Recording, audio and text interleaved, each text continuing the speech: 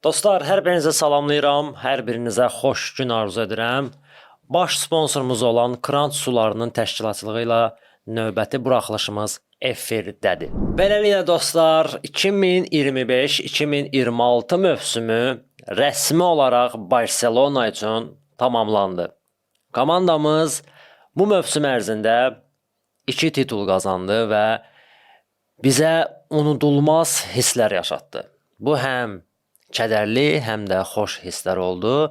Təəssüflər olsun ki, kədərli hisslər daha çox oldu, nəinki xoş hisslər. Amma yenə də biz bu komandanı azarkeşik, biz bu komandanı sevirik, biz bu komandanı titullarına görə sevməmişik, uğurlarına görə sevməmişik.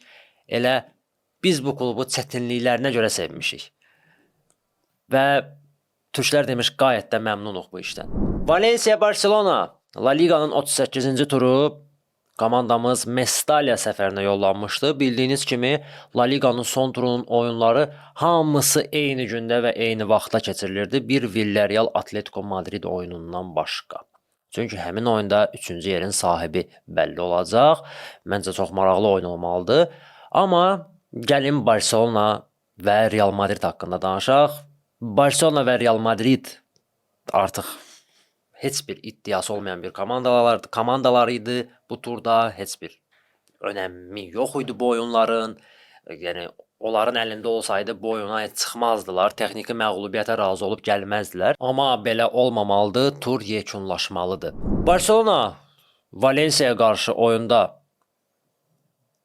oynadı mı, oynamadı mı, nə etmək istədi? Bunu hər birimiz gördük. Heç bir motivasiya yox, heç bir məqsədi yox. Ona görə komandanı qınamayacağam, komandanın oyunu haqqında danışmayacağam, amma bəzi nüanslar var ki, onu demək lazımdır. Yavaş-yavaş, etap-etap hər şeyi danışacağam. Gəldik Valencia'ya. Valencia bu oyun üçün çox yaxşı hazırlaşmışdı. Nəyə görə? Valencia'nın qalib gəlməsi üçün 2 səbəb var idi. Birinci səbəb, Valencia hələ də Avrokubok şanslarını itirməmişdi və Konferans liqasına vəsiqə qazana bilərdi. Və bunun üçün mütləq şəkildə qalib gəlməli idi və Xetafe Rayo Vallecano'nun xal itirməsini gözləməli idi. Valencia öz üzərinə düşən yükü layiqincə yerinə yetirdi və qalib gəldi. Amma Xetafe və Rayo Vallecano Valencia'nın Avrokubok istəklərini ürəyində qoydu, dedi qaqaş, get sabah gələrsən. Məncə də Valencia üçün Avrokuboklar hələ tezdir. Çünki Valencia ilk növbədə La Ligada öz vəziyyətini qaydaya salmalıdır. Valencia mənim ən sevdiyim klublardan biridir. İspaniyada doğrudan da çox sevirəm bu komandanı. Heyətində möhtəşəm oyunçular olub və hal-hazırda Valencia'nı belə görmək mənə doğrudan da pis təsir edir.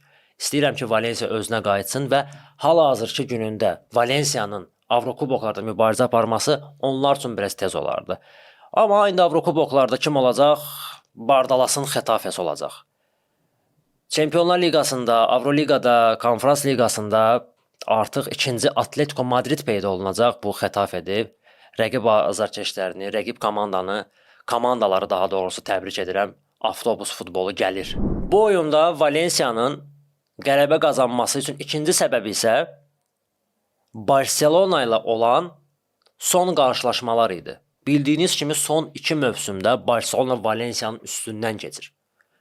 Çox böyük hesablı qalibiyyətlər alırdı Barcelona və demək olar Valencia'nı hiss etmirdi. Buna görə az da olsa Valencia'da o revanş hissi var idi və hiss edirdilər ki, bu Barcelona'nı məğlub etmək olar. Çünki Barcelona'nın heç bir motivasiyası yoxdur, heç bir iddiası yoxdur bu oyunda və Barcelona sadəcə olaraq yola verməyə görə gəlib bura və nəsə etmək olar. Bu şansdan istifadə etməliyik ki, az da olsa o revanşı alaq. Və Valencia bunu bacardı. Javi Guerra haqqında danışmaq istəyirəm. Valencia'nın 24 yaşlı yarım müdafiəçisi haqqında. Məncə oyun ən yaxşı oyunçusuydu və mən o oyuncunu çox bəyənirəm və neçə ildir ki, artıq onu izləyirəm. Mən bilmirəm Barcelona skautları niyə belə potensiallı oyunçuları görmək istəmirlər. Javi Guerra dayanmayan bir maşındır. Çox gözəl oyunçudur, çox perspektivli oyunçudur və mən belə hündür, belə fiziki güclü və həmçinin belə texnikalı, belə sürətli, belə IQ-lü oyunçuları çoxdan da görmürəm. Və doğrudan da Javi Guerra potensiallı oyunçudur. Hələ oyunçulara fikir vermək lazım idi. Məsələn, ötən mövsüm Masquera var idi Valensiyanın heyətində. Arsenal Masqueranı 15-20 milyon avroya aldı. Masquera Valensiyanın bir nömrəli ulduzlarından biri idi. Barcelona onu görməzdən gəldi. Arsenal isə onu gəldi gözümüzün qabağından qapazladı aldı. Niyə? Niyə biz belə oyunçuları görmürük? Niyə bizim Dekumuz, niyə bizim idman skautlarımız belə potensiallı oyunçuları görmürlər?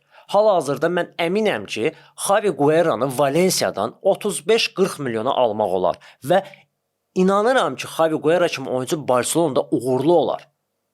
Futbol IQ-su var, sürəti var, topla düşünməyi bacarır, topla irəliləməyi bacarır və Pedri, De Jong kimi oyunçuların əvəz edicisi ola bilər. Yoxsa Casado kimi oyunçu ilə biz Pedri ilə De Jong'u əvəz etmək istəyiriksə, çox yerlərə gedə bilməyəcəyik.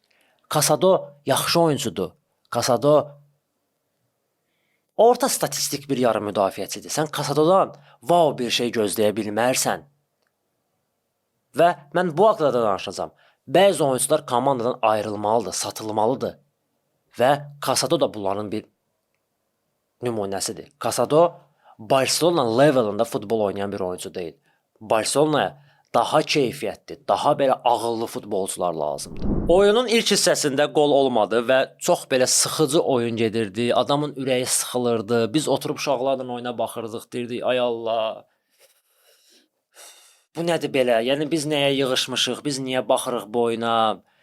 Yəni hamı telefondaydı da. Çox maraqsız bir oyun idi. İkinci hissədə nəsə irəliləyiş oldu. Oyun açıldı və Lewandowski Barcelona karyerasında sonuncu qolunu vurdu. Bu doğrudan da önəmli bir qol idi Robert Lewandowski üçün və Robert Lewandowski Ferran Torresin möhtəşəm asistindən sonra qol vurdu. Asist demək olarsa buna. Ayda biz nə qədər gülmüşük. Halfway'də oturmuşduq uşaqlarla. Real azarkeşləri, nə bilim Juventus azarkeşləri, Barcelona azarkeşləri, yəni hamı var idi də orada. Nə qədər gülmüşük. Adam qapıya zərbə indirir, top kosmosa gedirdi. Yaxşı ki Lewandowski ayağını soxdu, topu qapıya saldı da. Yoxsa top çölə çıxırdı. Dəhşətdir də bu adam. Bu adam komediyadır. Bu adam nə bilim bilmirəm. Yəni futbolun Jim Carrey'si məncə Ferran Torres'dir. Doğrudan da sözüm yoxdur bu oyuncuya. Amma Lewandowski qol vurdu və Barcelona'da əvəz etmələr oldu. Barcelona oyuna Christensen'i saldı, Xavi Espart'ı saldı və oyun 180 dərəcə dəyişdi. Christensen'i görüb şoka düşdüm. Christensen sağsan sən başıma dönüm. Bu adam sağ imiş. Christensen sağ imiş. Barcelona'nın heyətində Christensen kimi oyuncu var imiş. Tamamilə yadımdan çıxmışdı mənim. Və oyuna girdi, oyun içinə qoydu. İndi qınamıram, zədədən qayıdıb. Demək olar bu mövsüm adam oynamayıb. Və Christensen'in belə səhvlər etməsi normal idi. Amma doğrudan da inanmırdım ki, yəni Christensen belə aşağı səviyyədə futbol oynayacaq. İkinci qol, birinci qol, hətta orada bir epizod oldu ki, Bernal Valensiyanın oyuncusunu yıxdı yerə. Hakim hətta penalti təyin etdi, amma daha sonra VAR-a baxıb dedilər ki, cərimə meydançasının kənarında olmuşdu foul, ona görə penalti vermədilər. Orada belə Christensen quşlamışdı. Amma Xavi Espart'la heç kommunikasiyası tutmadı bu adamların və Xavi Espart üçün bu sınaq oyunu idi. Hansi Flick yayda Hector Ford'u da gətirəcək komandaya və bu iki oyuncu arasında seçim edəcək. Ya Xavi Espart olacaq, ya Hector Ford olacaq. Və son oyundan sonra biz belə görürük ki, Hansi Flick Hector Ford'u seçəcək. Çünki Xavi Espart batırdı bu oyunu. Sadə primitiv ötürmələr belə də bilmirdi. Ona görə məncə az da olsa Xavi Espart öz ayağının altını qazdı. Belə, komandamız 3-1 hesab ilə məğlub oldu. Canımız sağ olsun, bir o qədər önəmli deyil. Artıq mövsümü bağlayırıq və mən mövsümün analizini aparmaq istəyirəm. Az da olsa mövsüm ərzində baş verən hadisələr haqqında danışmaq istəyirəm. Mövsümün analizinə başlamazdan öncə mən onu bildirmək istəyirəm ki, komandada bəzi oyuncular Barcelona səviyyəsinə uyğun oyuncular deyillər. Az öncə mən bu haqda danışdım. Mən bildirdim ki, Casado Barcelona levelında bir futbolçu deyil və belə oyuncuların sayı komandada çoxdur. Casado Barcelona'da Xavi dönəmində ortaya çıxdı. Xavi onu ortaya çıxartdı və Xavi belə onu oynatmadı. Hamı belə təəccübləndi ki, necə olur bu Xavi bu adamı tapıb La Masiyadan çıxarıb amma oynatmır. Flick gəldi onu oynatdı. Flick onu məcburiyyətdən oynatdı. Çünki Frenkie de Jong yox idi. Bernal var idi, o da zədə aldı və yarım müdafiədə qaldı. Pedri, Eric Garcia və Casado. Və Casado ötən mövsümün əvvəllərində ideal oynayırdı. Amma Casadoya baxan kimi hiss olunur ki, bu Barsa levelında bir oyuncu deyil. Barsa mentalitetinə sahib bir oyuncu deyil. Sadə orta statistik bir yarım müdafiəçidir. Ferran Torres belə bu komandada qalmamalıdır. Bəli, əgər bizim hücum xəttimiz idealdırsa, bizim hücum xəttimizdə canavar kimi oyuncular oynayırsa, Ferran Torres kimi oyunçunun qalıb əvəz edici kimi çıxış etməsi okeydir. Buna razıyam. Amma Ferrana güvənib, Ferrana etibar edib, onu əsas bir fiqur etmək bu absurd olardı. Barcelona kimi komandanın hücum xəttində Ferran Torres kimi bir oyuncu əsas heyət oyuncusu ola bilməz. Konkurentlərə baxırıq, rəqiblərə baxırıq. Yəni, mən açıq deyəcəm, Atletico Madridin hücum xətti Barcelona'nın hücum xəttindən daha keyfiyyətlidir. Əgər biz nələrsə nail olmaq istəyiriksə, nələrsə qazanmaq istəyiriksə, uğurlu olmaq istəyiriksə, bizim top səviyyəli bombardirimiz olmalıdır. Bizim top səviyyəli hücumçumuz olmalıdır. Top səviyyəli müdafiəçimiz olmalıdır. Gerard Martin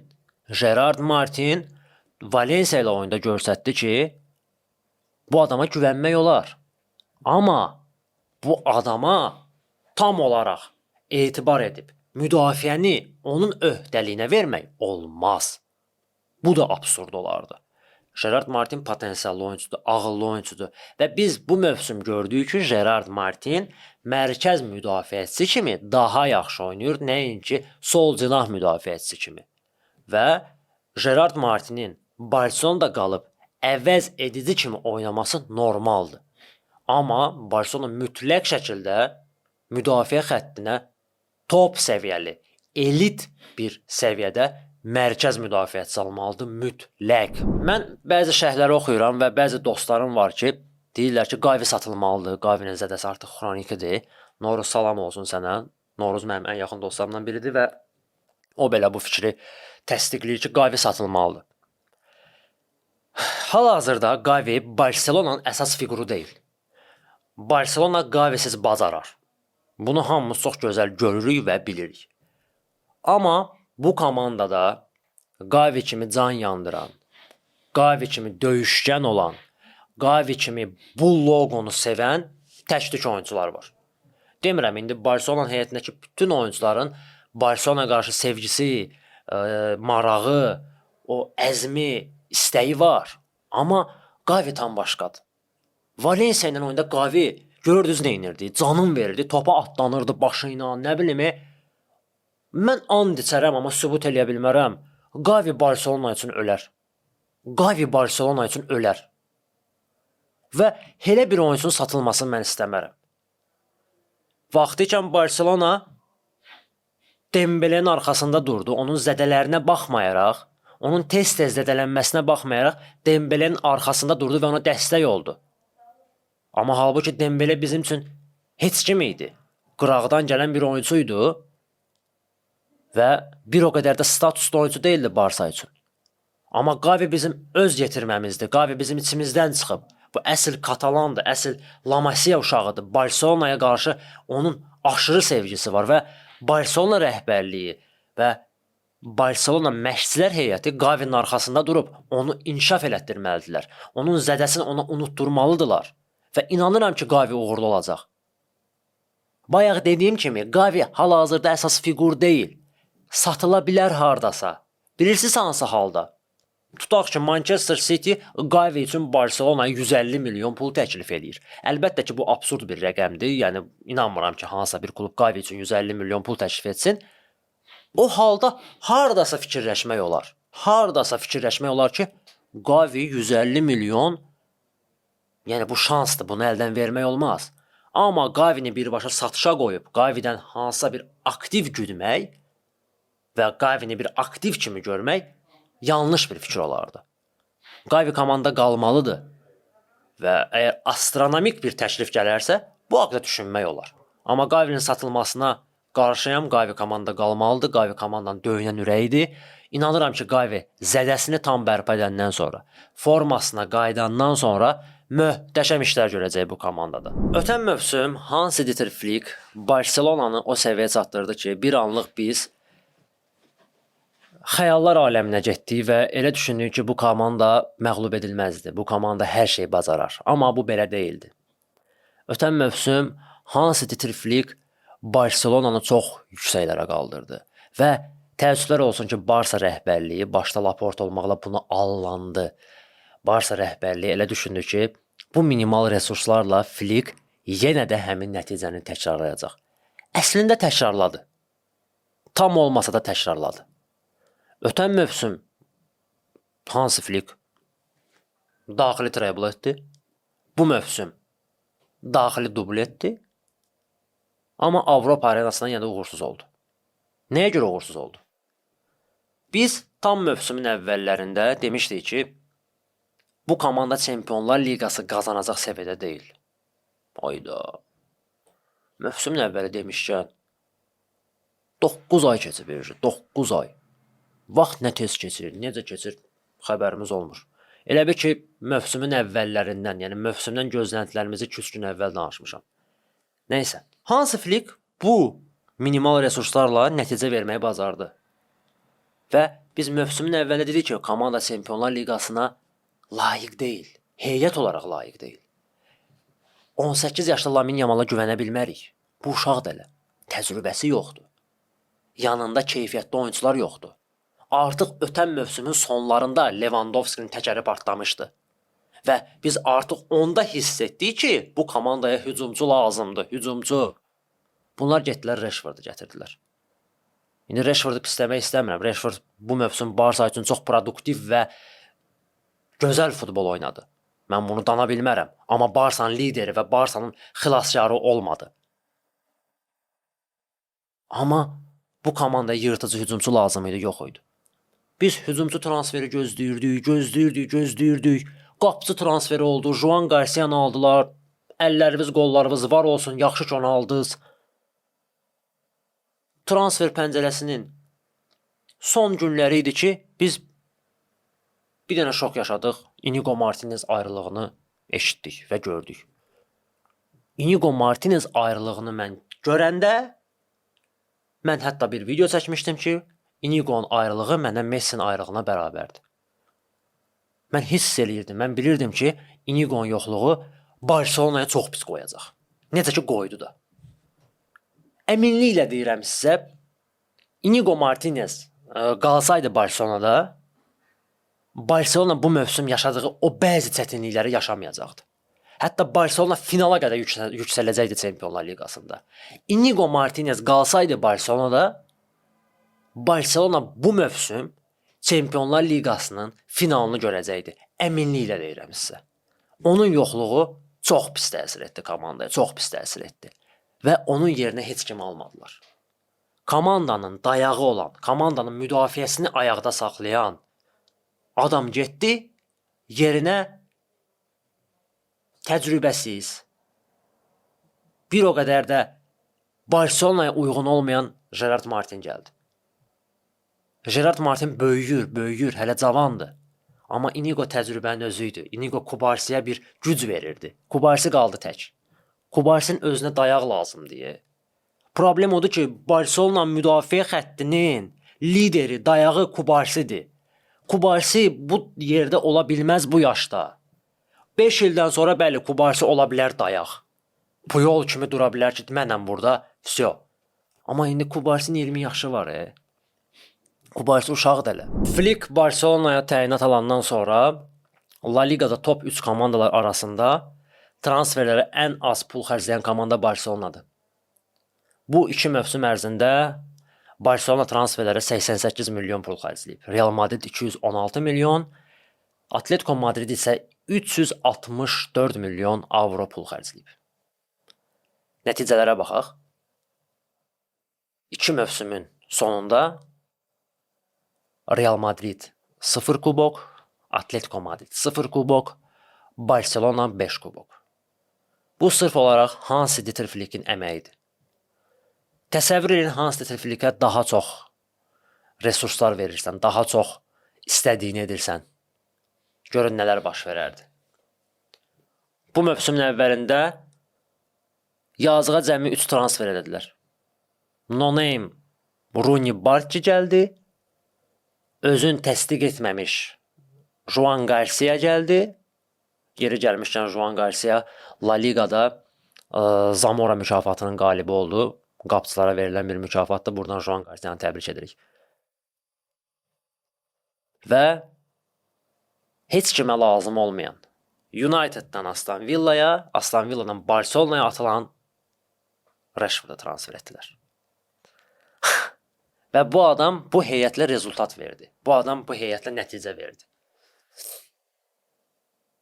Təsəvvür eləyə bilmirəm ki, bu komandanın heyətində normal, top səviyyəli bir oyuncular olsaydı, Flick nələr etməzdi, nələr edərdi.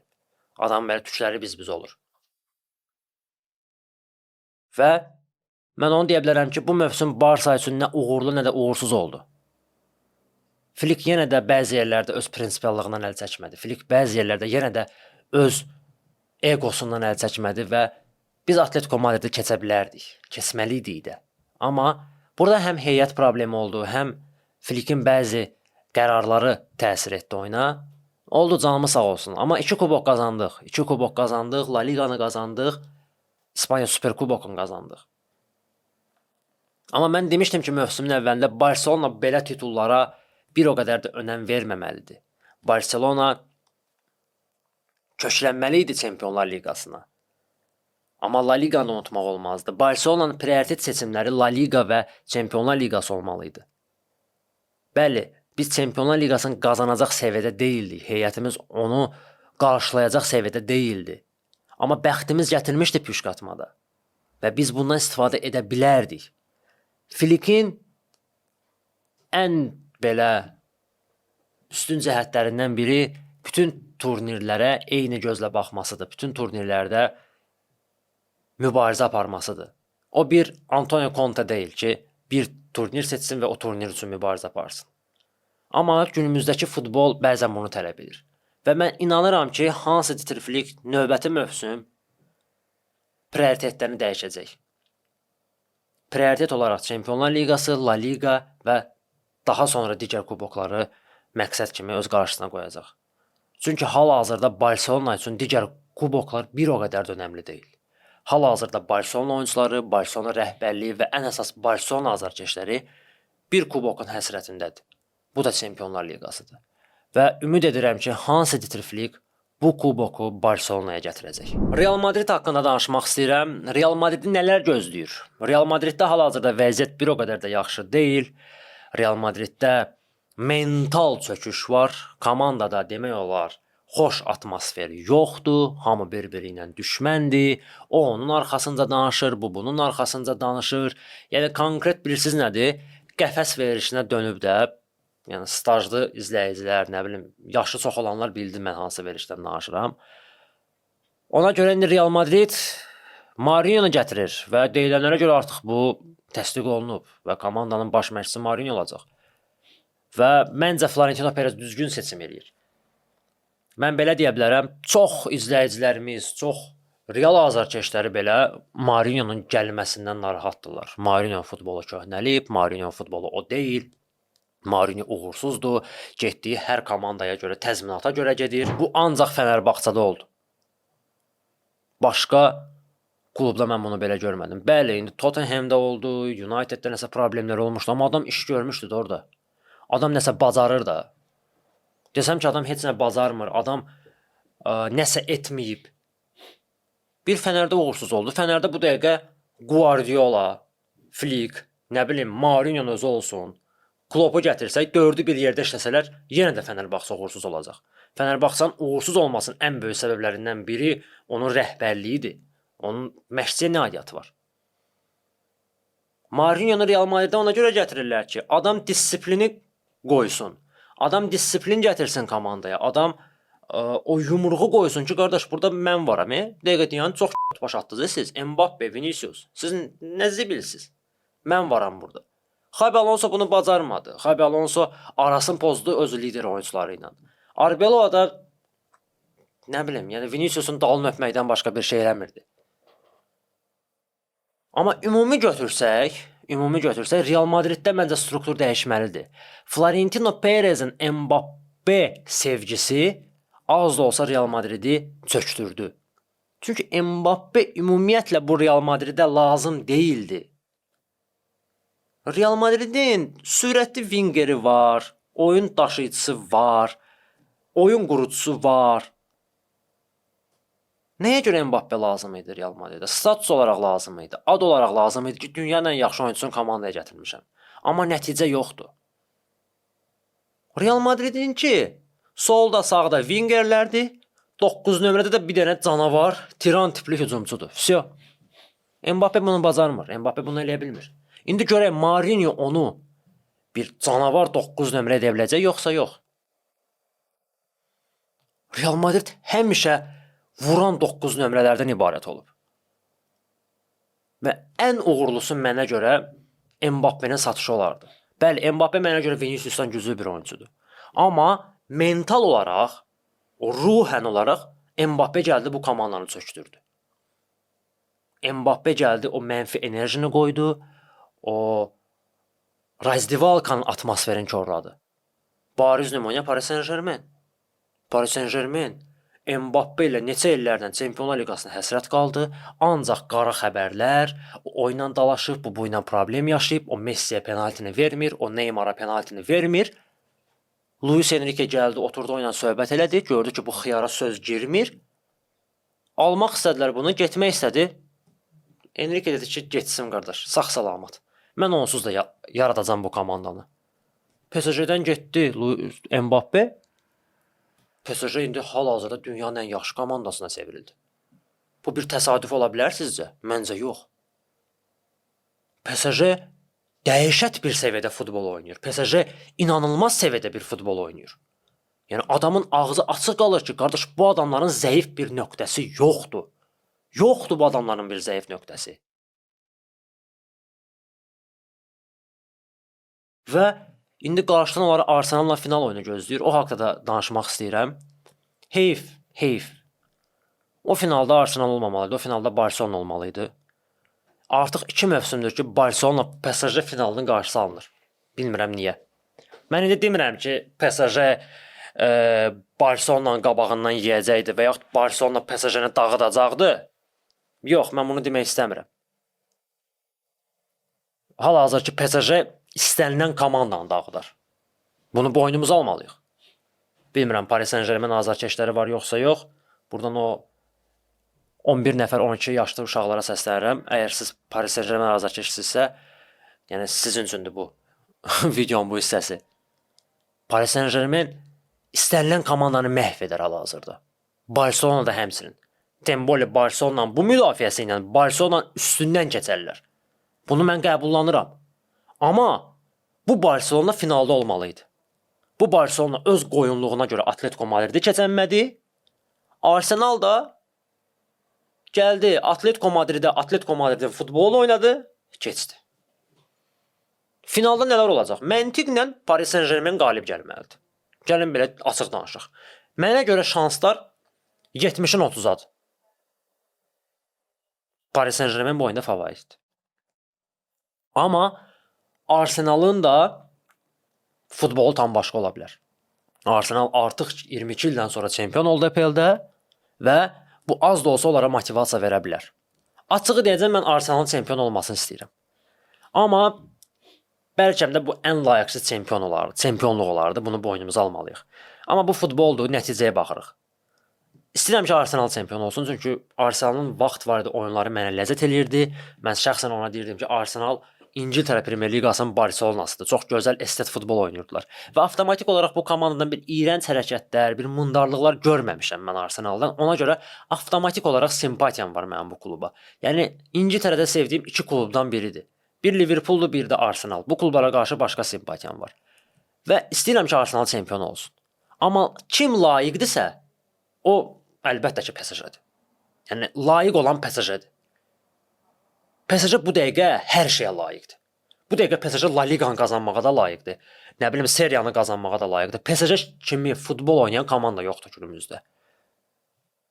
Dəhşət bir səviyyədədir. Finalı mən əlbəttə ki, istəyirəm ki, Arsenal qalib gəlsin, yenidən təkrar edirəm. Amma PSG qalib gəlsə belə pis olmaram. Çünki adamlar layiqdirlər. Amma Arsenal qalib gəlsə mən sevinərəm, amma bilərəm ki, layiq deyillər. Açıq danışaq, bu ilki Arsenalın futbolu o deyildi. Amma istəyirəm ki, Arsenal çempion olsun. Hər iki komandaya buradan uğurlar arzu edirəm. Bir də Real Madrid haqqında onu demək istəyirəm ki, Real Madridin uğursuzluqlarının, Real Madridin bu nəticələrinin olmasının başlıca səbəblərindən biri də Toni Kroos'un yoxluğudur. Daha doğrusu Toni Kroos kimi oyunçunun yoxluğudur. Nə zamandan başladı bu problemlər? Toni Kroos karyerasını bitirdi. Real Madriddə beyin qalmadı. Daha doğrusu qaldı, Modric qaldı. O da artıq o yaşda deyildi ki, Real Madridi tək daşısın. Və Real Madriddə problemlər başladı. Və Real Madrid artıq 2 mövsümdür ki, başa düşə bilmir ki, qardaş, mənim yarım müdafiəmə Kamavinga kimi qamış otaran yox. Mənim yarım müdafiəmə Vitinha kimi, Barella kimi, Pedri kimi beyin lazımdır. Bunu əgər Real Madrid rəhbərliyi, Real Madrid məşqçilər heyəti görmürsə və biz bunu görürüksə, daim mənim sözüm yoxdur. Yəni məntiqlə baxsaq görərik ki, Real Madridin yarım müdafiəsində beyin lazımdır. Hal-hazırda Real Madridin yarım müdafiəsində beyin yoxdur. Real Madridin yarım müdafiəsi 2017-18-ci illərdə Casemiro, Kroos, Modric, indi Valverde, Bellingham, Kamavinga, Tchouaméni. Yəni aralarında fərq çoxdur. Bellingham'da, Valverde'də wow oyunculardır, sözüm yox. Amma onlar bir beyin deyillər. Bellingham hardasa kreativdir, kreativ şikdir. Bellingham'dan nəsə belə wow bir şey gözləmək olar. Amma Tchouaméni dağıdıcıdır. Və Kroos, Modric o duetinin verdiyi o enerjini, o gözəl futbolu hal-hazırda Real Madrid heyətinə verə biləcək yarım müdafiəçilər yoxdur. Real Madrid mütləq şəkildə, yəni Barella tipində bir oyuncu almalıdır, Vitinha tipində bir oyuncu almalıdır, yoxsa yenə də həmin şeylər baş verəcək. Uşaqlar, məndən bu qədər. Mövsümü bitirdik. Hər birinizi təbrik edirəm bir daha. Sevimli komandamız La Liqanın çempionu oldu, İspaniya Superkubokunun çempionu oldu. Mövsümü bağlayırıq və artıq ancaq transferlər haqqında danışacağıq, bir də Dünya Kuboku haqqında danışacağıq və mən bildirmişdim ki, biz yeni kontentə başlayırıq. FD quiz kontentimiz olacaq. Bu o deməkdir ki, hər həftənin 3-cü günü şəhərdə, yəni 28 may metro stansiyasının yaxınlığında olan parkda çəkilişlərimiz olacaq, suallarımız olacaq və qaliblərimiz olacaq. Hələ ki bu kontentə başlamamışıq və amma yaxın zamanda planlaşdırırıq ki, buna başlayaq və bu haqda sizə məlumat verəcəm. Öpürəm hamınızı, təşəkkür edirəm ki, videoya baxdınız. Yaxşı ki varsınız. Viska varsa, Viska mikrorayon.